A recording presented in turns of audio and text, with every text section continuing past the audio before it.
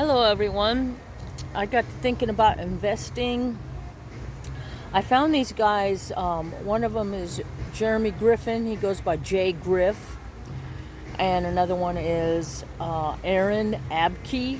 Last name spelled Abke. Look those guys up. So they're talking about, spirituality and different things. And they're talking about investing cryptocurrencies and stuff like that. So I've only discovered them a few days ago, and they're pretty interesting. That got me thinking to my investments in the stock market when I was younger. Okay, I'm looking here at about 1981. I was about 18 years old, and I bought my first stock. Sorry, I'm biting. My missing teeth is causing my speech problems. At 1981, I bought my first stock, and that was real estate stock because that was the thing back then. But hindsight, I should have bought Microsoft stock. I didn't have really any teachings in the stock market. Nobody was teaching me, showing me how. It was only this boyfriend that wanted me to buy real estate stock, and then we fought and broke up, and it was a big deal. So that's the only reason why I bought that stock. But hindsight, I should have invested more. I knew computers were the future, so I was studying computer programming with my friend Philip, and I were in classes studying that. But I didn't last in that because I had to work a full-time job and pay rent and everything. So education kind of went out the window a little bit. Formal education anyway. So hindsight, I should have bought some Microsoft stock. And then around the 1990s, the internet started coming out, and AOL and then dial-up. I was right around 1994. I was about 31 years old, and as Amazon started getting from books to bigger, and I should have bought some Amazon stock, but my mind was not there. I felt like a pioneer at the time, like, oh my gosh, this is a new emerging thing, I got to jump on board. I had a computer in my living room at the apartment I lived in Redondo Beach, in California, and I was getting on the internet and getting into these forums and AOL and MySpace and all that, but I was like, I wanted to try to make some money with the internet. I think eBay was just starting up about that time. And but I did not, I kind of rode the coattails a little bit. I wasn't, I had turmoil. I had to move out. Working two jobs and everything. So I just missed some more educational opportunity. And when I started trucking in 1995 or 1999, I was 35 years old. And then I started more of an education. And then along comes Bitcoin. And I was in my semi-truck looking at Bitcoin, and everybody was saying, oh no, don't do that, don't buy Bitcoin, don't do nothing like this. And Bitcoin, it was early 2000s maybe. What was it? When did it come out? 2000, maybe 2007, 2008, maybe 2009, maybe early 2000s. But I had this older friend. He was probably in his late 60s, and he was like, oh no, buy oil. So he's still in the old way of thinking, buy oil. And I was like, but there's this Bitcoin stuff. Oh no. So that steered me away from that Bitcoin. Now look at it. Had I done all these investments back when I had these new guys I discovered, Jay Griff and them, they call it generational wealth. So I missed out on the Microsoft. Well, early on, I missed out on the Amazon when I could have gotten in on that. I missed out on the early Bitcoin. So I'm like missing. I'm 60. I'll be 61 this month, September 2024, at the latter part of September, I'll be 61. And, you think I'm almost too old to start, it's going to take 10 years or more for some of these to cash in. Boy, I sure should have started a long time ago, right?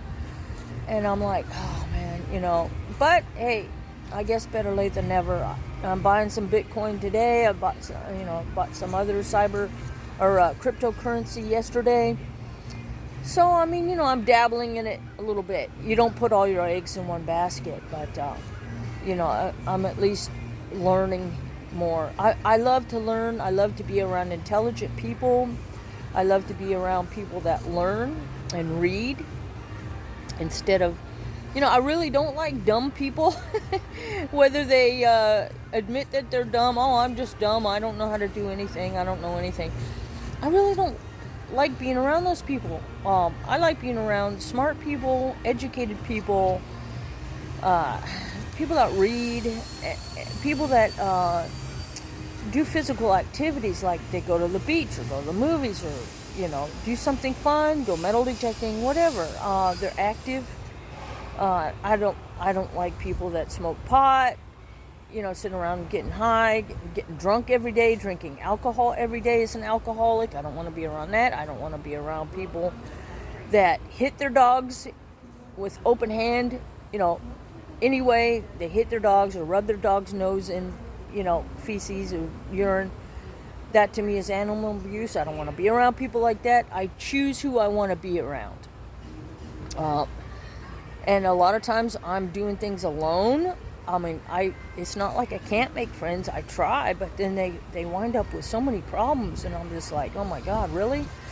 I had this one friend probably 15 years ago. We went to the beach, and she would love to go to the beach. She was married and had adult kids, and one of her kids was stupid and wound up in jail all the time. But she kept talking about how poor she is, and I'm so poor, and we're so poor, we can't afford anything. And I brought us a picnic lunch, meat, cheese, sandwiches, and all that. She's like, can I have your food?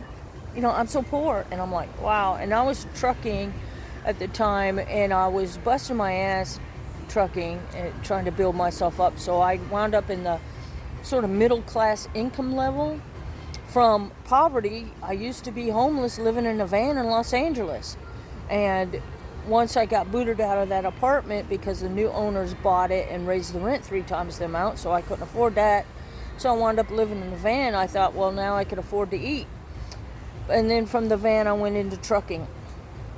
But, yes, I've been poor, but, I always figured I'm going to get myself out of this. I'm going to find a way, and I found a way. And also, while I was living in the van, I was studying business and this and that. Even people like Dave Ramsey, that finance guy, he wasn't even started yet when I was living in the van. So a lot of this stuff that's available now wasn't available when I was younger. Those people were going through their trials and tribulations, and then they wound up, like Dave Ramsey and Dan Miller and them. They were going through their tough times, and they dug themselves out of it, and they rose up to the top. So we were kind of in the same boat about the same time, except they went high and I just went to trucking. So anyway, thankfully Dave Ramsey and Dan Miller, for example, created the programs and the education that they offer us today. And they've been offering us for probably 20 years now. But anyhow, I found these 2 guys. I like them. I like listening to them. I like learning, and I like investing. And, I'm working this driving job, as I call it, and I'm working at the deli 1 day a week. And I'm like, I got some debt now. I've been debt-free like 4 times in my adult life, and I'm still in debt. I've got probably another 4 years to go before I'm out of that. But I'm like, oh my God, how many times do I have to keep digging myself into this hole? So anyway, I wanted to share a little bit with you about these 2 guys, Aaron Abke and Jeremy Griffin. jgriff.org check him out. And Aaron Abke, you could check him out on YouTube and other places. So anyhow, I'm over here at the movies, and I'm gonna watch that Beetlejuice, and then gonna probably spend some time education today, and then probably hitting the driving job again, but I have to set aside some time for an education on the cryptocurrency and all that, and the investing. So, it's hard to get educated when you're driving around, stopping all the time. So anyway, I'm going to spend a little bit of time with that. Okay, so talk to you later. Thanks for watching. Bye.